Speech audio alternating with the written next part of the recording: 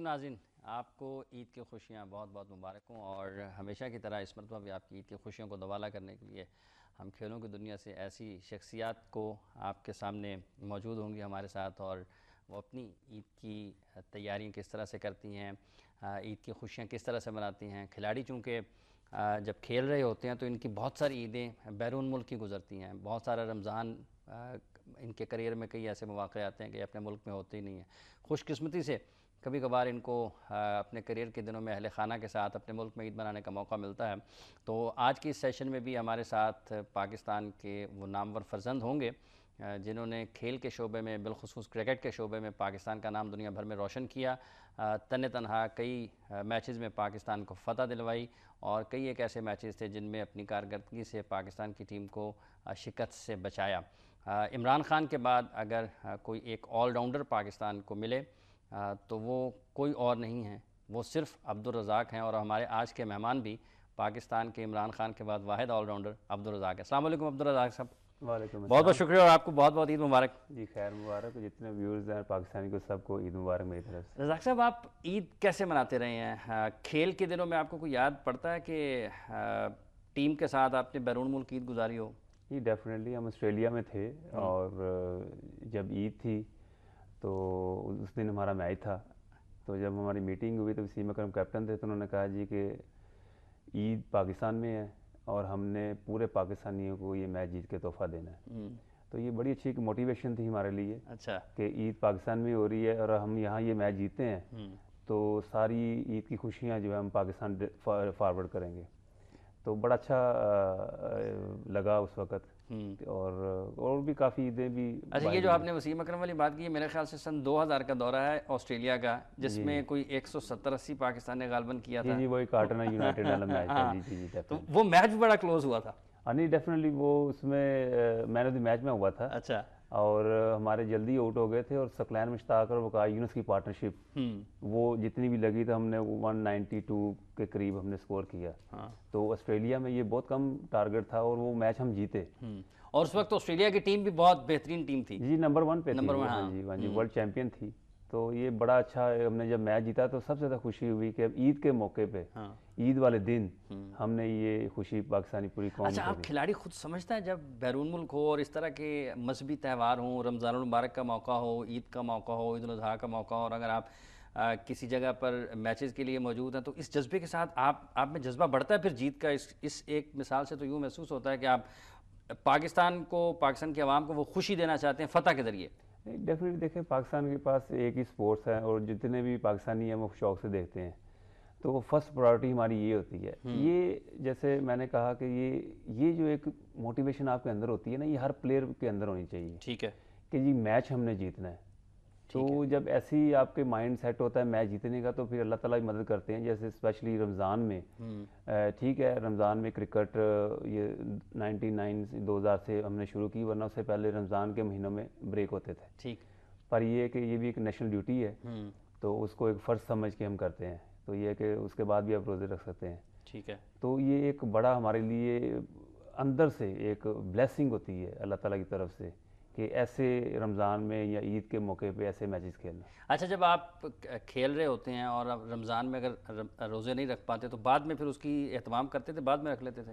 नहीं डेफिनेटली, हर बंदे पे डिपेंड करता है, बड़ा मुश्किल हो जाता है। अच्छा। और आपको पता है कि ये जो क्रिकेट होती है ये अब कंटिन्यू खेलना, अब साल में 360-65 दिनों के अंदर आप 300 दिन क्रिकेट खेलना, आउट ऑफ कंट्री रहना, तो बड़ा हेक्टिक सा हो जाता है। तो ये है कि बस माफ़ी मुफ़ी मांग के अल्लाह ताला से बस ये है कि एक नेशनल ड्यूटी के तौर अच्छा, पे। आज जब आप ईद वाले दिन के मैच का आपने जो जिक्र किया उसमें आपने बताया कि मैन ऑफ द मैच भी हुए थे। मुझे याद है कि लोग ईद नमाज पढ़ के सब के सब टीवी के आगे बैठ गए थे वो मैच देखने के लिए।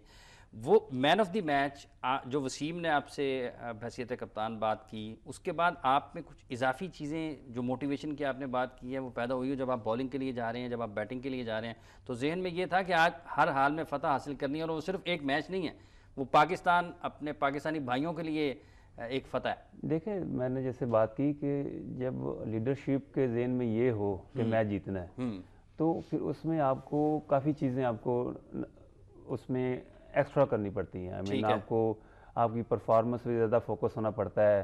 आपको अपने टैलेंट को एक्सप्रेस करना पड़ता है, आपको ये सारी चीज़ें पाकिस्तानी टीम जीतने के लिए आपके अंदर से बिल्ड ठीक है। होती हैं। और आपको बड़ा अच्छा खेलना पड़ता है। जैसे कि आपने अगर 10 बॉलें खेली हैं, 40 रन कर दिए, आउटस्टैंडिंग।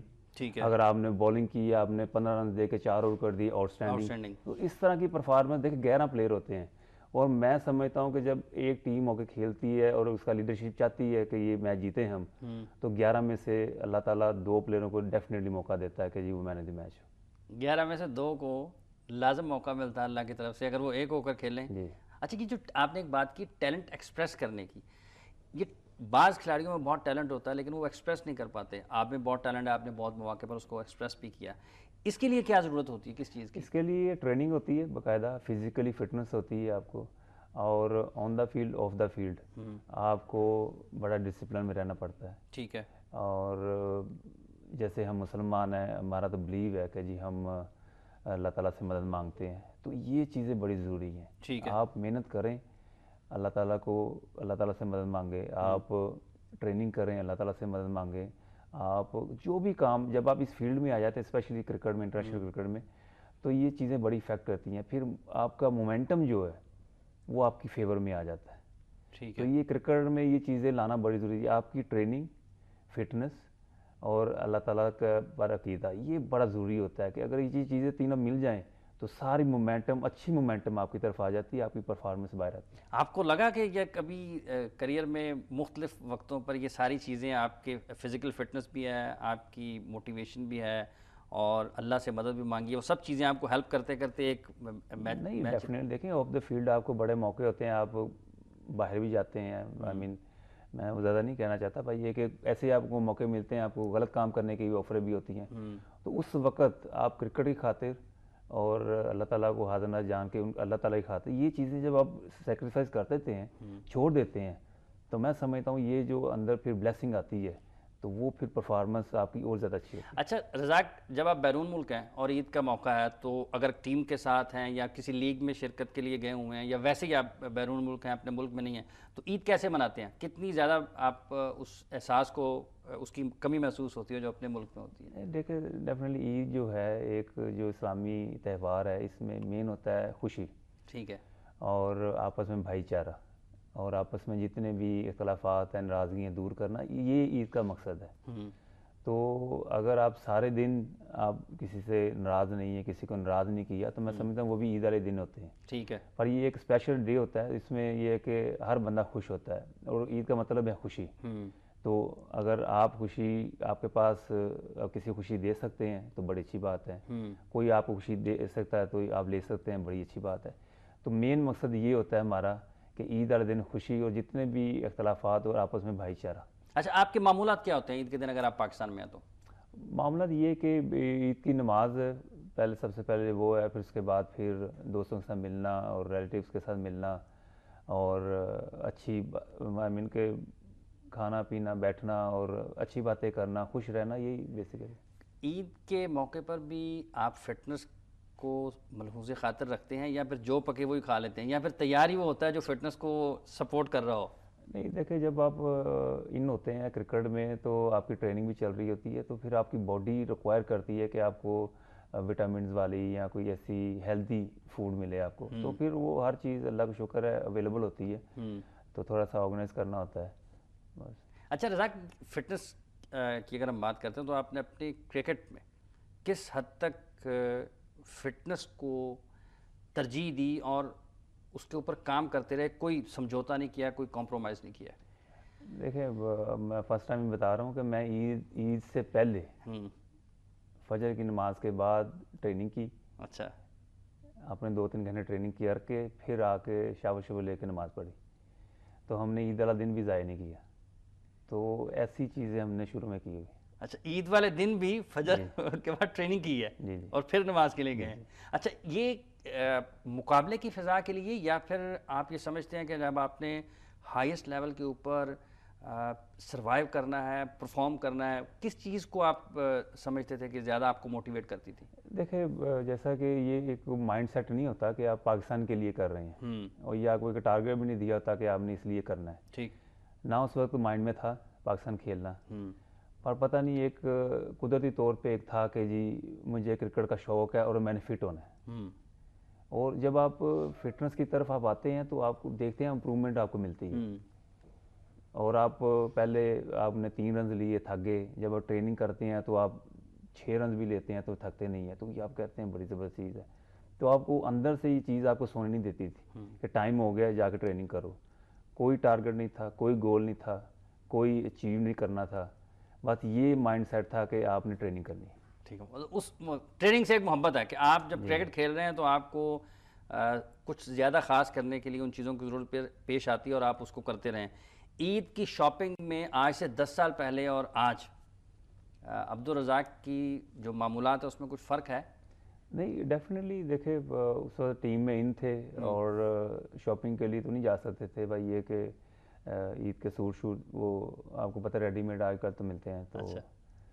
ये कि मैं ज़्यादा पाकिस्तान में शॉपिंग के लिए गया भी नहीं। अच्छा। कोशिश की है बाहर से ही कोई शॉपिंग की हो।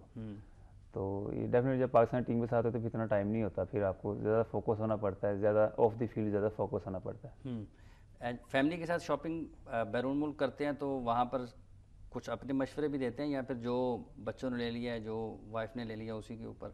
नहीं देखिए, बड़ा शॉपिंग बड़ा मुश्किल काम है। अच्छा। और हर बंदे का अपना एक माइंड सेट होता है। अच्छा। और मेरे हिसाब से जो जिसको पसंद हो उसके हिसाब से उसको लेनी चाहिए चीज़ें। अब जैसे मेरी बेटी है और बेटा है, वो अपनी मर्ज़ी की शॉपिंग करते हैं। अच्छा। तो सवाल नहीं पैदा होता कि हम इंटरफेयर करें उसमें। अच्छा, उनको अपनी पसंद की लिए जाते हैं। आपको पहनावे में, लिबास में आप तकरीबात में जाते हो उसका तो यकीनन ख्याल रखते होंगे, ज़्यादा कंफर्टेबल किस में महसूस करते हो? ज़्यादा पसंदीदा लिबास आपका कौन सा है? डेफिनेटली सलवार कमीज़ में काफ़ी अच्छा रिलैक्स होता है बंदा। अच्छा। और ये तो हमारा आपको पता है ट्रेडिशनल भी है। और पाकिस्तान का हमने पूरे जितने भी अब इंडिया, पाकिस्तान, श्रीलंका, बांग्लादेश देखें तो सलवार कमीज़ बड़ा ज़बरदस्त लिबास है। अच्छा। अच्छा रज़ाक, जब हम ट्रेनिंग की आपकी बात कर रहे हैं, क्रिकेट की बात कर रहे हैं, कौमी टीम के साथ, कौमी टीम में ना अगर आप नई टीम के साथ खेल रहे हैं, जब आप टीम के साथ बाहर ट्रैवल करते हैं, जो जिस आपने एक मैच का हवाला भी दिया, जब आप टीम के साथ होते हैं तो उस वक्त खिलाड़ी अपनी ईद कैसे बनाते हैं? मैच से पहले या मैच के बाद अगर जीत गए हैं तो फिर उसके बाद कुछ एहतमाम किया जाता है? नहीं, सम टाइम तो ईद वाले दिन मैच होता है। ठीक है। और अगर मैच नहीं है तो कोशिश करते हैं कि प्रैक्टिस जो है वो स्किप कर दें। अच्छा। और उसके बाद फिर जो मैनेजमेंट होती है वो एक अच्छा सा डिनर ऑर्गेनाइज करती है या लंच वटेवर, तो उसमें फिर सारे इकट्ठे गेट टुगेदर होते हैं। और ज़ाहिर सी बात है फ़ैन भी होते हैं तो वो भी अपने दोस्त भी अहबाब वो भी आ जाते हैं, या कोई कहीं ऑफ़र दे देता है कि जी आप हमारी तरफ से लंच है या डिनर है, तो गेट टुगेदर ही होता है। Get together. अच्छा, ये ईदी देने और लेने वाला भी मरहला होता है। बचपन में इंसान ईदी लेता है, फिर जब बड़ा होता है तो उसको ईदी देने का मरहला होता है। ये कैसे जज्बात हैं, इनको किस तरह से आप देखते हैं? देखिए, ये एक शुरू से चलता आ रहा है। जब हम छोटे थे तो हमें 5 रुपये 10 रुपये मिलना तो हम समझते थे कि पता नहीं क्या हो गया हमारे लिए। अच्छा। तो हम वेट कर रहे होते थे कि इस दिन हमें 10 रुपये या 15 रुपये मिलने हैं। तो ये बड़ी अच्छी चीज़ है। अच्छा। और खुशी है। और डेफिनेटली ईद वाले दिन जो भी ईदी देता है तो मैं समझा खुशी से देता है। अच्छा। और बड़ी ज़बरदस्त है ये भी इवेंट। जज्बात अच्छे एहसास होते हैं। नाज़रीन, हमारी गुफ्तगू जारी है। अब्दुल रज़ाक साहब हैं। रज़ाक साहब, ये ऑलराउंडर्स बहुत कम हो गए हैं पाकिस्तान में, बल्कि कम क्या हो गए, मिल ही नहीं हैं। अब तो जो भी किसी को कहीं ना कहीं हल्की फुल्की बॉलिंग और हल्की फुल्की बैटिंग करने वाला नज़र आता है, लोग समझते हैं यार ये बड़ा अच्छा ऑलराउंडर, इसको एक मौका दे दें। कई एक तजर्बात भी किए गए लेकिन कुछ रिप्लेसमेंट नहीं मिला। लोग आपको आज भी याद करते हैं कि अब्दुल रज़ाक के बाद आपकी मौजूदगी में भी आपका साथी कोई नहीं था, और अज़हर महमूद के बाद जितनी भी आपने क्रिकेट खेली, और अब जब आप पाकिस्तान टीम के साथ नहीं हैं तो भी ऑलराउंडर्स की खासी कमी महसूस की जा रही है। इसकी क्या वजह है? ये देखें, पाकिस्तान में टैलेंट है और ऑलराउंडर्स भी हैं, फास्ट बॉलर भी हैं, बैट्समैन भी हैं।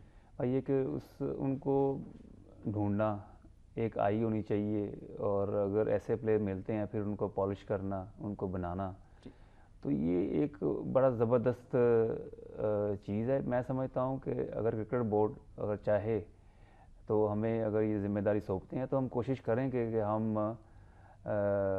ऑन द फील्ड जाके अपना जितनी भी एक्टिविटीज़ हम छोड़ के हम इसी पे फोकस हो के हम इस टारगेट को सेट करें कि हमने प्लेयर्स ढूंढने हैं, उनको बनाना है। तो मैं समझता हूँ कि अल्लाह करे कि अगर हम 1-2 प्लेयर भी डिलीवर कर देते हैं वर्ल्ड क्लास, तो पाकिस्तान टीम के लिए बड़ा अच्छा है। अच्छा, टैलेंट है आप समझते हैं? ये डेफिनेटली है, टैलेंट है। अच्छा, फिर ये एक खलासा क्यों पैदा हुआ है? कुछ ढूंढने में कमी है, उनकी ग्रूमिंग में आपको कहीं कमी नज़र आती है, या फिर उनको मुनासिब मौके ना देने में कमी नज़र आती है? देखिए, बात कमी की बात ये कि राइट डायरेक्शन पे, अब जैसे हम आए तो हमें भी किसी ने नहीं ढूंढा, पर ये है कि जब हम टीम में आए तो हमें फिर वहाँ पे गाइडेंस अच्छी मिली, मोटिवेशन अच्छी मिली, और हमें एक गोल मिला, टारगेट मिला, तो हम हमारे में एक जो पैशन डेवलप हुआ कि यार कि हाँ, ये चीज़ को हमने डेवलप करना है। ठीक है। अगर वही चीज़ अगर इन जूनियर में डाली जाए और उनको एक टारगेट दिया जाए और उनके ऊपर कॉन्फिडेंस किया जाए, तो मैं समझता हूँ कि वो भी प्लेयर अच्छे बन सकते हैं। ठीक। अच्छा, ये क्या वजह है कि हम देखते हैं ना तो फास्ट बॉलर्स ही ज़्यादा अच्छे ऑलराउंडर्स बनते हैं? ये सक्सेसफुल ज़्यादा वही रहते हैं कि एक अच्छा मीडियम पेसर है या एक अच्छा फास्ट बॉलर है, उसमें इजाफी खूबियाँ बॉलिंग की दुनिया भर में देख लें, वो ज़्यादा कामयाब ऑलराउंडर्स माने जाते हैं। इसकी क्या वजह है? ये देखें, इसमें कोई ख़ास कुछ कह नहीं सकते भाई, ये क्रिकेट है। हाँ। और अगर आपका सिस्टम अच्छा चल रहा है, हर चीज़ बेहतर जा रही है, तो सारी चीज़ें आपको मिलती हैं। अब देखें ना, नेचुरली टैलेंट क्या होता है? नेचुरली टैलेंट हमेशा वर्ल्ड क्लास प्लेयर बनता है। ठीक तो है। जब हम इस चीज़ पे वर्किंग नहीं करेंगे, इस चीज़ को नहीं रियलाइज़ करेंगे, तो तब तक हमें वर्ल्ड क्लास प्लेयर प्रोड्यूस करने हैं। ठीक है। जब हम इस चीज़ पे सेट होते हैं तो फिर आपके पास 6 प्लेयर आ जाते हैं।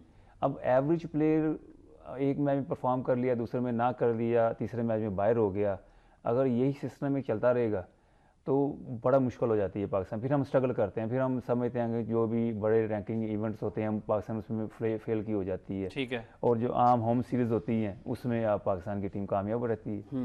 तो ये जो खला है इसको हमने फिल करना है, हमने प्लेयर अच्छे प्रोड्यूस करने हैं वर्ल्ड क्लास की कैटेगरी में। अच्छा, आपने कहा कि डायरेक्शन बड़ी अच्छी और गाइडेंस अगर आपको अच्छी मिले तो आप फिर ज़्यादा जल्द आपकी सलाहियतें निखर कर सामने आती हैं।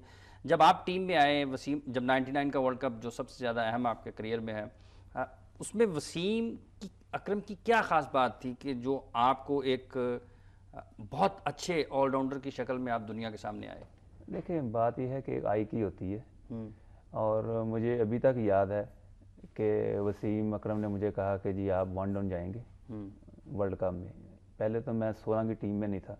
ठीक है। फिर मैं 16 की टीम में आया, ये भी मुझे पता है। ठीक है। और जब एक प्लेयर ऐसे 16 की टीम में आ जाए तो वो समझता है कि जी मेरे लिए बड़ी अचीवमेंट है। ठीक है।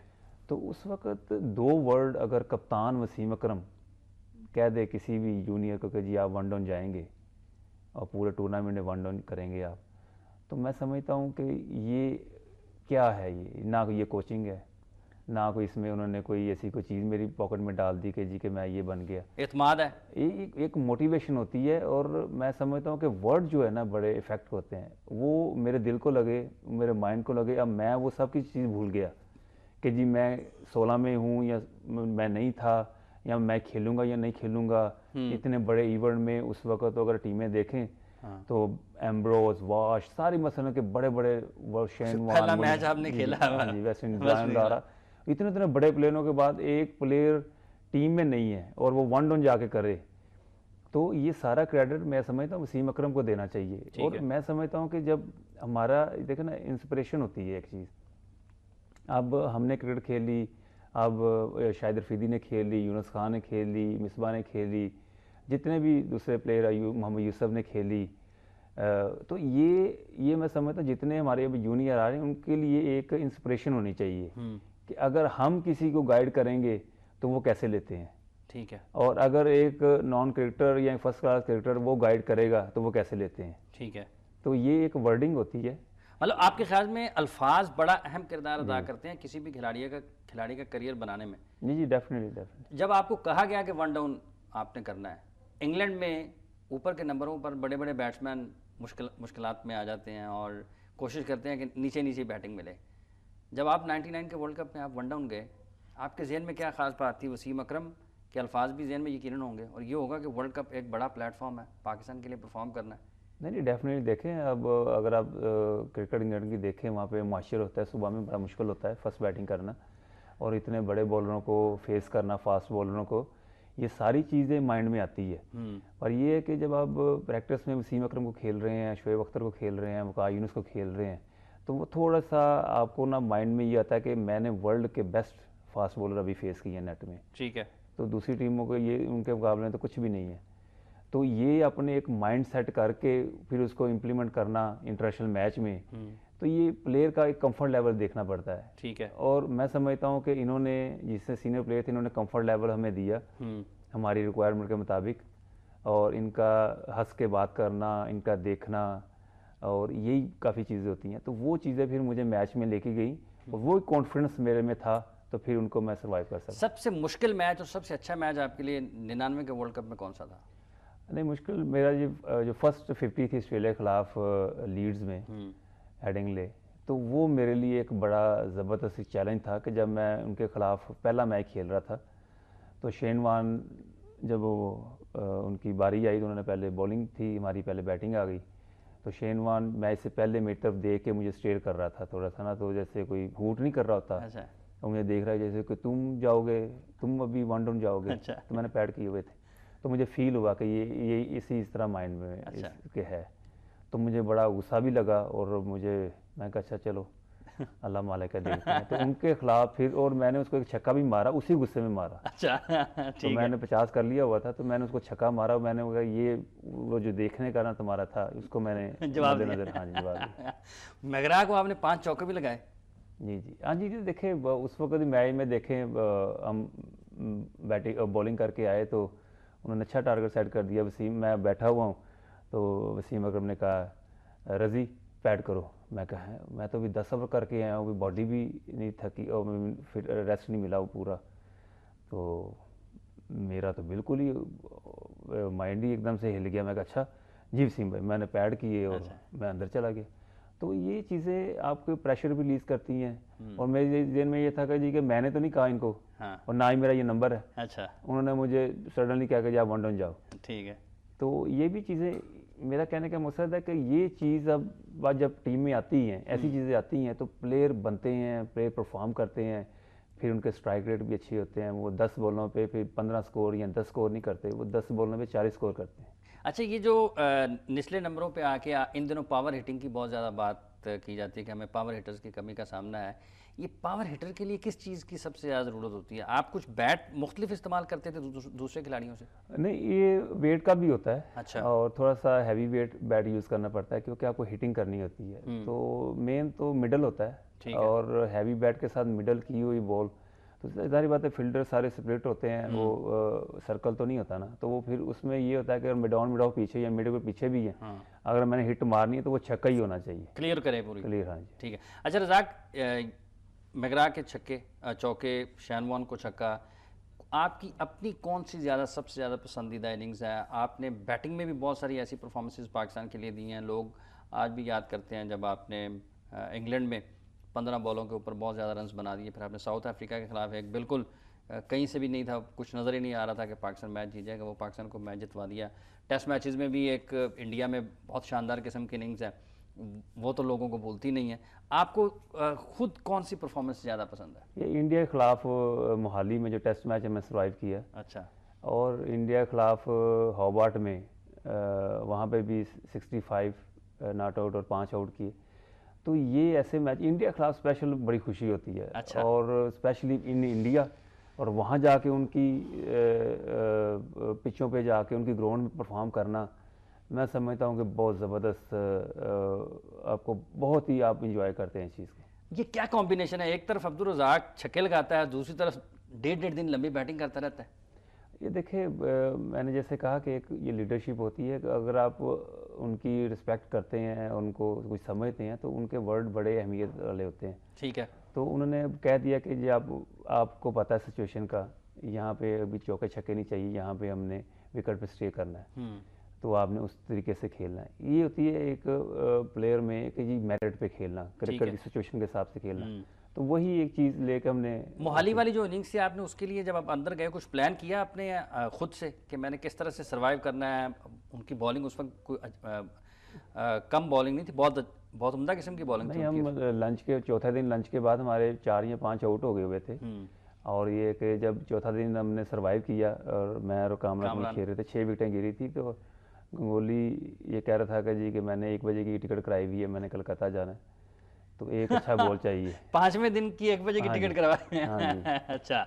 तो उसने बाद में मुझे बताया, पहले नहीं पता था। पर अच्छा। ये कि वो रात को फिर जब आपको पता है फिर खाने में भी मैंने भी ऐसी गज़ा ली कि मैं कि ठंडी गज़ा लूँ अच्छा। कि अपने वो गर्म ना रखूँ। तो अच्छा। बिल्कुल कूल माइंड से मैं गया और अल्लाह का शुक्र है वो सर्वाइव किया। अच्छा रक, ये जो बॉलिंग है इसमें क्या आपने तेंदुलकर को बहुत मरतबा जब आप ऑस्ट्रेलिया के टूर पे पर थे, ख़ास आप आपने उनको लेग भी फोर किया, बोल्ड किया, तो खासी डिबेट भी उन दिनों में हुई कि पता नहीं सचिन क्यों आउट हो रहे हैं। क्या आपने उनका वीक पॉइंट ढूंढा था या फिर कुछ और बॉल फेंकते थे और आउट हो जाता था? देखिए कोई ऐसी कोई प्लान तो नहीं था। और ये है कि सचिन को बॉलिंग करना या सहवाग को बॉलिंग करना, लारा को बॉलिंग करना तो आसान काम नहीं था। और बड़ा मुश्किल था क्योंकि ये वर्ल्ड के बड़े नंबर 1 बैट्समैन थे। तो भाई ये कि अपनी जो वो आपके पास अल्लाह ताला ने एक टैलेंट दिया होता है, एक स्विंग दी है, आप इन स्विंग भी करते हैं, आउट स्विंग भी करते हैं, स्लो वन भी करते हैं, चीज़ें आपके पास होती। तो हम तो उसी फ्रेम माइंड से जाते थे। और वो शायद इजी लेके खेलता था या उसको सम टाइम ये हो जाता है कि बैट्समैन इजी लेता है। तो स्विंग जो है हमेशा, हाँ जी, दुनिया का जितना मर्जी बड़ा बैट्समैन हो, स्विंग खेलने में वो कभी भी कामयाब नहीं हो सकता। ठीक है। कोई भी बैट्समैन हो, अगर आपके पास अच्छी स्विंग है तो आप हमेशा उसको रिसीव करेंगे। अगर आपके पास पेस है तो आप इतनी इफेक्ट नहीं होगी उसके लिए, वो आपको इजीली सर्वाइव कर सकता है। पर स्विंग जो है किसी भी बैट्समैन के लिए मुश्किल है। स्विंग किसी भी बैट्समैन के लिए मुश्किल हो, स्विंग से ही आउट होते रहे। अच्छा, अगर हम बॉलिंग की बात करते हैं, पाकिस्तान में ऑलराउंडर्स की बात करते हैं, आप अजहर महमूद के साथ कुछ जो टाइम आपका गुजरा, आपके पेयर में क्या ख़ास बात थी? देखिए अजहर महमूद पहले आए, उन्होंने बड़ा परफॉर्म किया और मैं उससे जब खेलता था उस वक्त उसके लिए दुआ करता था कि अल्लाह करे ये परफॉर्म करे। अच्छा। मेरी तो ये अपनी सोच थी और उनका भी ऐसा ही रिस्पॉन्स था। एक बड़ा अच्छा हमारा कम्बिनेशन था। तो हमने कभी भी आपस में कोई जेलसी नहीं रखी और हमने हमेशा यही देखा कि जी कोई भी परफॉर्म करे, 11 में से 1 या 2 की परफॉर्मेंस आपको मैच जिताती है। तो जो मैच जिताने की खुशी होती है, ये हम ज़ाया नहीं करना चाहते थे। तो यही वजह थी कि उस वक्त हमारी टीम अच्छी थी। अच्छा जैक, बॉलिंग परफॉर्मेंसेस आपको अपनी सबसे अच्छी जो आपको आज भी जब आपके जहन में आता है तो आपको खुशी होती हो? बॉलिंग में ये देखे एक वैसे श्रीलंका वाला वो मैच लोगों को बहुत याद है, हाँ जी जिसमें वो भी आपने अच्छा है। देखे बात यह है कि जो आपके पास अल्लाह ताला ने नेचुरल टैलेंट दिया होता है, अगर आप किसी बैट्समैन को आउट कर सकते हैं या रन्स रोक सकते हैं तो आपको ये चीज़ें करनी चाहिए। आपको इसमें कॉन्फिडेंस लेके आना पड़ता है और बॉलिंग हमेशा दिल से होती है। ठीक है। अगर आपका दिल बड़ा है तो सब कुछ ठीक है। तो ये है कि अगर आप किसी बैट्समैन को आउट कर सकते हैं तो आपको करना चाहिए। अगर आप रन्स सिचुएशन के हिसाब से रोक सकते हैं तो आपको रन्स रखवाने चाहिए। तो ये सारी चीज़ें बॉलर पर डिपेंड करता है। अगर आपका दिल वीक है तो मैं नहीं समझता कि वो अच्छा बॉलर बन सकता है। मुख्तलिफ नंबरों पर आप खेलें अपने करियर में, अगर आप समझते हैं कि बाज़ औक़ात ये भी सुनने में आता है कि शायद रज़ाक में जितना टैलेंट था उसको उस तरीके से इस्तेमाल नहीं किया गया। डेफिनेटली देखे काफ़ी फ्लेक्सिबल रहा हूँ मैं और कोई भी नंबर एक सेट नहीं था। और जब नंबर एक सेट हुआ, मैं चाह रहा था कि पहले तो नंबर 1 डाउन में जाता रहा हूँ तो वो बड़ा ज़बरदस्त था मेरे लिए। एक माइंड सेट हो जाता है, आपने नया बॉल खेलना होता है, आपके पूरे 50 ओवर पड़े होते हैं, एक माइंड सेट होता है। तो फिर डेफिनेटली अगर मैं 12-13 कप्तानों के अंडर खेला हूँ तो हर कप्तान की अपनी सोच है। अच्छा। फिर दूसरा कप्तान आया, मैं नंबर 6 पे आ गया। अब वो भी एक अच्छा नंबर था ऑलराउंडर के लिए। तो फिर तीसरा या चौथा कप्तान आया तो मैं 7वें-8वें पे चला गया। ठीक है। तो जब आप 7वें-8वें पे जाते हैं तो आप ये भूल जाएं कि आप रैंकिंग में टॉप कर सकते हैं। ठीक है। क्योंकि आपको ओवर नहीं मिलते, आपको मिलेंगे ओवर 7 मिल गए, 10 मिल गए, लकली हो गए तो आपको 15 ओवर मिल गए। तो 15 ओवर में 90s बॉल होती हैं, तब कितने को रन कर सकते हैं? उसमें आप 40 बॉलें सेव फेस करेंगे। तो इस नंबर पे जब मैं गया तो मेरी रैंकिंग डाउन हुई, मैं मेंटली तौर पर डिस्टर्ब हुआ। अच्छा, आप हुए? और ये था कि मुझे ये पता था कि मैंने किसी अपने कैप्टन को ये भी कहा था कि 1 डे मैच हो, अगर हमारी बैटिंग आ जाए तो मुझे होटल भेज दिया करें, तो 2 घंटे बाद मुझे बुला लिया करें। तो मुझे पता होता था कि जी वो बारी मेरी 40-45वें ओवर में ही आनी है। तो 40 ओवर आप बैठ के देख रहे हैं और पूरा मैच आप देख रहे हैं और जब प्रेशर बढ़ता है तो आपकी बारी आ जाती है। तो वो पीरियड काफ़ी डिस्टर्ब हुआ मेरा। अच्छा, ये जो आपने कप्तानों की बात की, मुख्तलिफ कप्तानों में खेलने की, मुख्तलिफ नंबरों पर खेलने की, आप आपको लगता है कि जो जिस तरह का आपका बैटिंग करने का अंदाज था, कुछ टाइम में आप ऑलराउंडर्स की कैटेगरी में नंबर 1 1 भी रहे, ठीक है, वो एक मुख्तसर सा अरसा था, उसकी क्या वजह रही? वो देखे कैप्टन्स चेंज हुए, क्रिकेट बोर्ड चेंज हुए और चीफ सेलेक्टर चेंज हुए, तो हर बंदा आया उसने अपने माइंड से हर प्लेयर को खिलाना चाहा, ड्रॉप भी किया, तो पीक टाइम पे ड्रॉप हुए। तो ये चीज़ें सारी बड़ी पेनफुल थी। और राशिद लतीफ़ जब कप्तान बने 2004 में, तो फिर उन्होंने रिक्वेस्ट करके मुझे टीम में डाला। तो ये चीज़ें सारी किसी प्लेयर के साथ हों तो मैं समझता हूँ कि बड़ा मुश्किल हो जाता है उसके लिए सर्वाइव करना। बहुत मुश्किल हो जाता है जी सर्वाइव करना। हमारे साथ हैं अब्दुल रज़ाक साहब। वक्त हुआ जाता है एक वक्फे का, वक्फे के बाद आएंगे और फिर इनसे इस आखिरी वक्फे में अब जो इन्होंने करना है आगे, इस तरह के ऑलराउंडर सामने आ रहे हैं, अभी तो आप खुद खेल सकते हैं। और ये कि ट्राई की थी मैंने 2 साल पहले। अच्छा। और ड्राफ्ट लिस्ट में भी था और इन्होंने गोल्डन कैटेगरी में डाला था, पर किसी ने पिक ही नहीं किया। तो मैं फिर थोड़ा सा डिसाइडेड हुआ, तो फिर मैं कहा चलो अब लग रहा है कि अब मुश्किल हो गया। ठीक है। तो फिर जैसे कोचिंग कोर्स इंग्लैंड में कर रहा हूँ, तो फिर मैंने मोइन खान से रिक्वेस्ट की कि जी मैं कोचिंग के लिए अवेलेबल। अच्छा। तो फिर उन्होंने कहा जी ठीक है आप आ जाएँ। तो अब ये कि कोचिंग की तरफ ज़्यादा माइंड है। अच्छा, आपने जब आप टीम से ड्रॉप हुए तो आपने पाकिस्तान में फर्स्ट क्लास क्रिकेट क्यों नहीं खेली? कोई भी वनडे टूर्नामेंट, T20 आपने खुद से किनारा कशी कर ली कि ज़रूरत नहीं है, या आपने? हाँ नहीं, मेरा प्लान था, जैसे मेरा ZTBL डिपार्टमेंट था और फर्स्ट क्लास खेल रही थी और मैं कप्तानी कर रहा था, तो शुएब मलिक आए। तो फिर मैंने कहा जी कि मैं ज़रा वनडे और T20 खेलूँगा, आप 4 डे खेलें। ठीक है। तो वो 4 डे में रेलीगेट हो गई टीम, वो ग्रेड 2 में चली गई। हाँ। तो वो एकदम से वो सेटबैक था कि यार फर्स्ट क्लास खेलते हुए आप ग्रेड 2 पे फिर आप आ जाएँ टीम में। हाँ। तो अभी तक ग्रेड 2 में है, तो फिर वो रिज़ाइन देना पड़ गया, तो इसलिए फिर दूर हो गए। अब यह कि सुई गैस जो है उसमें कॉन्ट्रैक्ट हुआ है, तो इंशाल्लाह देखते हैं खेलेंगे दोबारा। ये जी फर्स्ट क्लास वगैरह इंशाल्लाह फर्स्ट क्लास खेलेंगे। अच्छा, कोचिंग कोर्सेज आपने किए हैं, तो आप समझते हैं कि अब आपने जो आने वाले दिन हैं वहाँ पर आप एक कोच की हैसियत से नज़र आएंगे? नहीं, डेफिनेटली देखे हमारा तो, मेरा तो माइंड यही है कि जूनियर लेवल पे अंडर 13, 16, 19 यहाँ पे आके कोचिंग करूँ, और अगर हम कुछ डिलीवर कर सकते हैं और हमारे यंगस्टर को फ़ायदा हो सकता है तो वाई नॉट, ये करना चाहिए काम। PSL में कोचिंग का तजर्बा आपका कैसा रहा? नहीं देखिए, PSL एक हाई इवेंट टूर्नामेंट है और इसमें एक स्टैंडर्डाइज क्रिकेट है। इसमें यहाँ पे कोचिंग का इतना नहीं होता, भाई ये कि आप हेल्प आउट कर सकते हैं, मोटिवेशन दे सकते हैं। किसी प्लेयर को प्रॉब्लम है बैटिंग में या बॉलिंग में, तो उसके साथ आप बातचीत कर सकते हैं, उनको प्रैक्टिस करवा सकते हैं अच्छी। तो यही ये काम होता है ऐसे लेवल पे। ठीक है।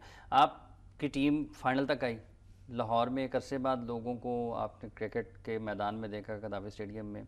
किस तरह से देखते हैं आपको? 2009 तक तो पाकिस्तान में क्रिकेट खेलने का मौका मिला है, ये किस हद तक आपके ख्याल में जो PSL का लाहौर में फ़ाइनल होना मददगार साबित हो सकता है?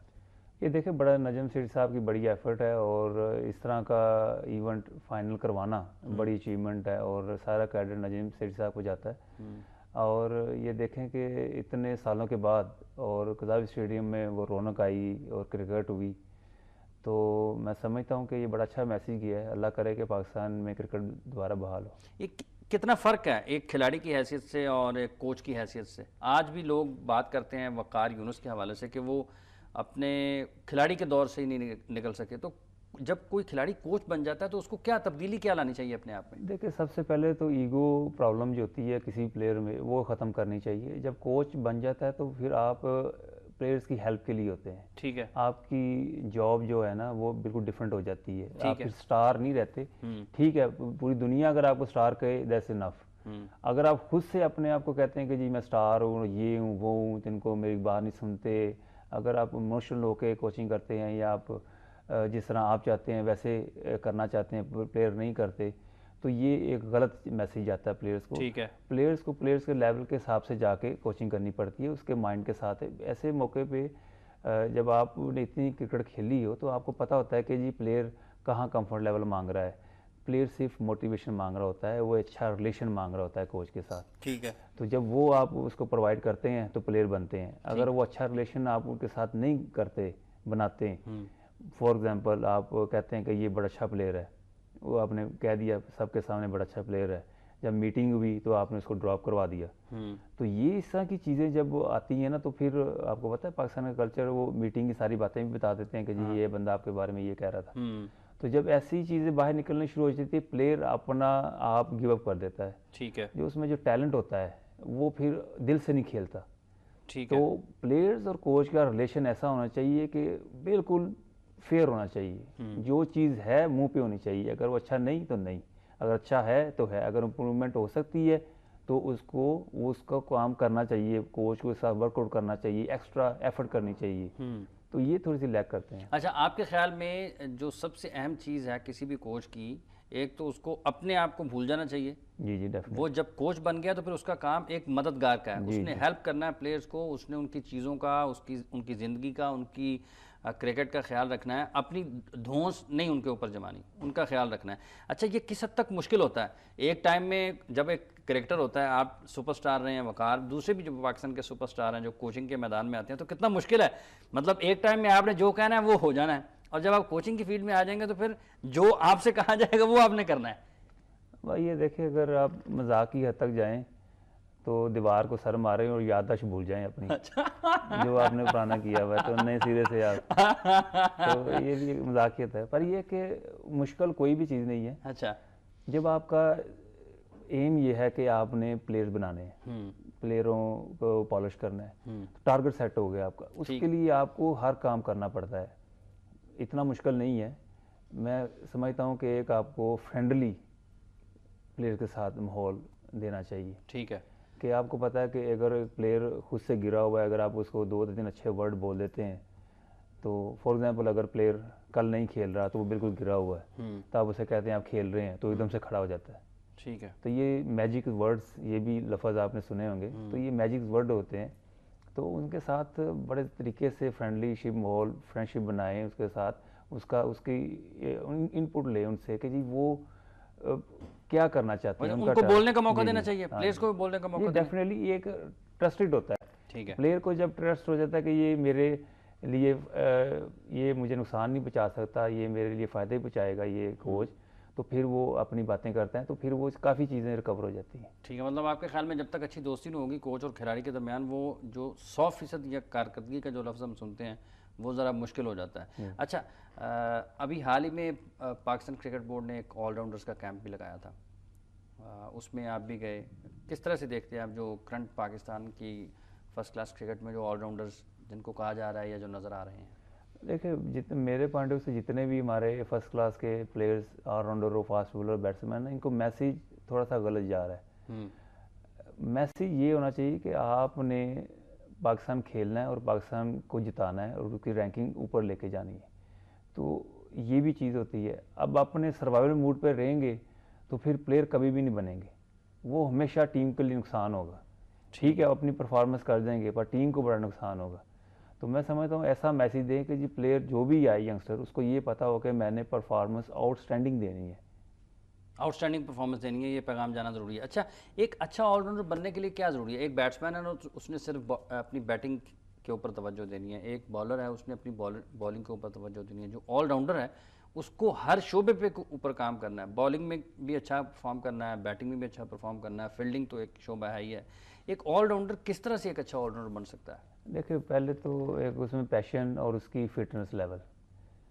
फिटनेस जो होती है ये हमेशा आपके अंदर जो हिडन टैलेंट होता है उसको बाहर लेके आती है। ठीक है। अगर आप फिट नहीं है तो वो आपका टैलेंट अंदर ही रहेगा। आप कभी भी कुछ नहीं कर सकते। आप 40 स्कोर करेंगे, थक जाएंगे, आउट हो जाएंगे। ठीक है। आप 5 ओवर करेंगे, थक जाएंगे, बॉलिंग नहीं होगी। ठीक है। तो फिटनेस बड़ी इंपॉर्टेंट है। फिटनेस जब आपकी 100 या 150 या 200 पे चली जाती है तो आप एक्स्ट्रा चली जाती है, तो मैं समझता हूँ कि आप में सब चीज़ें बाहर आ जाती है। फिर आपका दिल भी करता है, छक्के मारने को भी दिल करता है, चौके मारने को भी दिल करता है, आउट करने को भी दिल करता है। तो ये सारी चीज़ें हैं, आपका मेंटली तौर पे भी, फिज़िकली तौर पे भी, और आपका दिल भी, ये सारी चीज़ें ना आपकी फिटनेस जो है ना आपको बाहर लेके आती है। सबसे अहम चीज़ आपके ख्याल में फिटनेस है। जी। अगर वो आप एक आला मायार की रखेंगे तो कुछ एक्स्ट्रा आप में करने की हिम्मत भी बढ़ेगी और जुस्तजू भी बढ़ेगी। लोग पहचानते हैं अब्दुल रज़ाक साहब को जाते हुए तो कितना आपको खुशी महसूस होती है पाकिस्तान में, पाकिस्तान से बाहर? ये देखिए ये सिलसिला जो है ये 98 99 से शुरू हुआ है। अच्छा। उस वक्त तो शुरू में जब वर्ल्ड कप खेल के आए तो जब गाड़ी में जाते थे तो वो गाड़ी में जीवेज़ हो, ये अब्दुर्रज़ाक, ये वो उस वक्त, तो फिर हमने रियलाइज़ किया ये अब्दुर्रज़ाक को नहीं, ये तो एक पाकिस्तानी प्लेयर को पहचान रहे हैं। ठीक है। तो हमेशा से हमारी यही सोच रही है कि अगर कोई भी इज़्ज़त अल्लाह ताला ने दी हुई है तो एज ए पाकिस्तानी और एज ए क्रिकेट प्लेयर दी हुई है। तो बस इसी को इसी तरह लेते हैं, तो कभी भी कोई प्रॉब्लम नहीं हुई। ऑन द फील्ड आप बड़े जारहाना नज़र आते हैं, ऑफ द फील्ड भी इतनी जारहाना है? देखें क्रिकेट में ये है कि सिचुएशन के हिसाब से आपको करना पड़ता है सारा। ऑफ द फील्ड वो भी सिचुएशन है। अच्छा। तो वो हर तरीके से अपने से आपको एडजस्ट करना पड़ता है। ठीक है। खाने पीने में खाने पीने के कितने शौकीन हैं? देखिए खाना पीना जो आपकी फिटनेस के हिसाब से अच्छा खाना हो उसका तो बड़ा ज़बरदस्त बड़ा मज़ा आता है। और ये है कि अगर आपने पेट ही भरना है, जैसे बिरयानी हो गई या चिकन कढ़ाई हो गई, अच्छा, तो उसमें फिर आपको नुकसान ही है एज ए स्पोर्ट्समैन। ठीक है, स्पोर्ट्समैन नुकसान है। खर्च के मामले में कितने फजूल खर्च हैं, शाह खर्च हैं, या बड़े बयाना रवैये के साथ चलते हैं? नहीं बिल्कुल दरमियान नहीं है, कोई इतना ज़्यादा नहीं है कुछ। अच्छा। जैदी साहब के लिए, कप्तान जी के लिए आज भी आप बाहर जाते हैं, तोहफ़े लेके आते हैं? वही है कि पिछले कुछ सालों से जब से टीम से बाहर हुए हैं सबसे कम हुए, पर भी फिर भी एक दो तीन टूर के बाद ले आते हैं उनके लिए। और उनके साथ अच्छा रिलेशन है, और ये रिलेशन ना कोई एज ए उनके जो ऑर्गेनाइज़र हैं या एज ए मैं प्लेयर ऐसा नहीं है, ये एक अंदर से बात होती है, बड़ा अच्छा रिलेशन। कितना अहम किरदार है आपकी शख्सियत को निखारने में उनका? नहीं डेफिनेटली देखे उन्होंने मैं समझता हूँ कि जब 92 में उनकी क्लब में आए तो उन्होंने कहा जी कि मेरी क्लब में जगह है पर मैं पाकिस्तान नहीं खिला सकता, अब आपकी मर्ज़ी है आपने खेलना है कि नहीं खेलना। तो मैंने कहा जी नहीं, हम पाकिस्तान के लिए नहीं, मैं क्लब में खेलना चाहता हूँ। अच्छा। तो 2-3 महीने बाद उन्होंने मुझे कह दिया कि जी आप पाकिस्तान खेलोगे। तो मैं समझता हूँ कि 92 में 2-3 महीने के बाद उन क्लब में आने के बाद ऐसे वर्ड मिल जाना, और उनके जितने भी रिलेटेड थे, दोस्त थे, बड़े बड़े लोग थे, जब वो मुझसे मिलते तो वो कहते जी जरी साहब ने आपके लिए कह दिया पाकिस्तान खेलोगे। अच्छा। तो बड़ी मोटिवेशन थी 92 में। उस वक्त तो कोई भी नहीं जानता था, ना कोई क्रिकेट भी नहीं खेली हुई थी। तो ऐसे लोग बड़े ज़बरदस्त होते हैं प्लेयर्स के लिए। अच्छा, आपको कोई अपना क्लब लेवल पे, निचली सतह पे कोई यादगार मैच है आपके लिए जिसको आप आज भी बहुत ज़्यादा आपके दिल में हो, याद आती हो, और आप उसको उस कारकर्दगी को ख्याल में खुश क्लब हो? लेवल पे, क्लब निचली सतह पे, जब आपने 92 की बात की उसके बाद क्या आपको यादगार परफॉर्मेंस? नहीं देखो हमारी PNT क्लब है, उसके काफ़ी मैचेस खेलते। कैंट में बड़ा ज़बरदस्त टूर्नामेंट था T20 का। अच्छा। और बड़े लोग आते थे, और वहाँ पे बहुत फास्ट क्रिकेट थी। अच्छा। तो वहाँ पे परफॉर्म करना, और ये भी एक बड़ा ज़बरदस्त था। अच्छा। हमारे लिए एक अपना अपना जो टैलेंट है एक्सप्रेस करना, और लोगों ने कहना कि ये अच्छा प्लेयर है, ये जो चीज़ें होती हैं ना, ये आपको ऊपर लेके जाए। क्लब क्रिकेट में इमरान नज़ीर ऐसे नेट में भी ऐसे छक्के लगाते थे जरहाना अंदाज? डेफिनेटली वो नेचुरली हार्ड हिटर प्लेयर है। अच्छा। और अपनी गेम उसके पास है, उसकी आई अच्छी है, हिटिंग है, पावर है, तो वो शुरू से ऐसे। अभी बहरीन में आप एक मैच खेल के हैं, वो कैसा तजर्बा रहा? नहीं बड़ा अच्छा, उन्होंने प्रमोशन ऑफ क्रिकेट के लिए करवाया, और उसमें मिसबाला को, शाहिद अफरीदी, इमरान नज़ीर, श्रीलंका से दिलशान, सैमुअल, इरफान पठान, RP सिंह, राना नवीदुल हसन, ये सारे हम वहाँ पे थे। ठीक है। अच्छा, अब आपका मुस्तकबिल में आप कोचिंग की तरफ आना चाहते हैं? नहीं डेफिनेटली मेरा गोल सेट है कि अगर हम अंडर 13, 16, 19 में अगर उनके लिए हेल्प आउट कर सकते हैं तो हमारे पास एक पूरा सेट है, हमारे पास एक टारगेट और एक प्लान है। तो अल्लाह करेगा अगर मौका मिला क्रिकेट बोर्ड की तरफ से तो हम करेंगे। ठीक है, बहुत बहुत शुक्रिया आपका अब्दुल रज़ाक, आप तशरीफ़ लाए, अपने ख़यालात का इज़हार किया। नाज़रीन, आपने गुफ्तगू सुनी अब्दुल रज़ाक साहब की। इन्होंने कामयाबी के साथ और बड़े इज़्ज़त और वक़ार के साथ पाकिस्तान की टीम के लिए, पाकिस्तान के लिए क्रिकेट खेली। और सबसे अहम बात आज की इस गुफ्तगू में उन्होंने ये बताया कि जब 99 के वर्ल्ड कप के बाद पाकिस्तान वापस आए तो लोग जब पहचानते थे तो फ़ौरन ये एहसास हुआ कि ये अब्दुल रज़ाक को नहीं, ये पाकिस्तान टीम के किसी एक खिलाड़ी को पहचान रहे हैं। इन्होंने सारा करियर अपना बड़ा बेदाग खेला है और बड़े शानदार अंदाज में पाकिस्तान के लिए खदमात अंजाम दी हैं। अब ये खेल से अमली तौर पर इन्होंने किसी हद तक किनारा कशी कर लिया। अब इनकी ख्वाहिश ये है कि ये जो तजर्बा इन्होंने हासिल किया है पाकिस्तान के लिए खेलते हुए मुख्तलिफ़ सतह पर, पाकिस्तान के लिए test cricket, one day, T20 cricket खेली, उस टीम का भी हिस्सा रहे जिन्होंने पाकिस्तान के लिए 92 के बाद एक वर्ल्ड एजाज़ है पाकिस्तान के पास, आलमी एजाज़ है 2009 का वर्ल्ड T20 चैम्पियनशिप, उसका भी ये हिस्सा थे। हमारी दुआएं, नेक तमन्नाएं और ख्वाहिशात इनके साथ हैं कि ये अगर पाकिस्तान क्रिकेट बोर्ड को, अगर नहीं यकीनन इन जैसे मेहनती, इन जैसे ईमानदार और फ़र्ज़शनास और मुहिब वतन लोगों को मौका भी देना चाहिए और इनकी सलाहियतों से, इनके तजर्बे से इस्तेफ़ादा किया जाना चाहिए। वक्त ख़त्म हो जाता है। हाफ़िज़ मोहम्मद इमरान पूरी टीम के साथ इजाज़त चाहता है। अपना और अपने इर्द गिर्द के लोगों का बहुत सा ख्याल रखेगा। अल्लाह ने के बाद।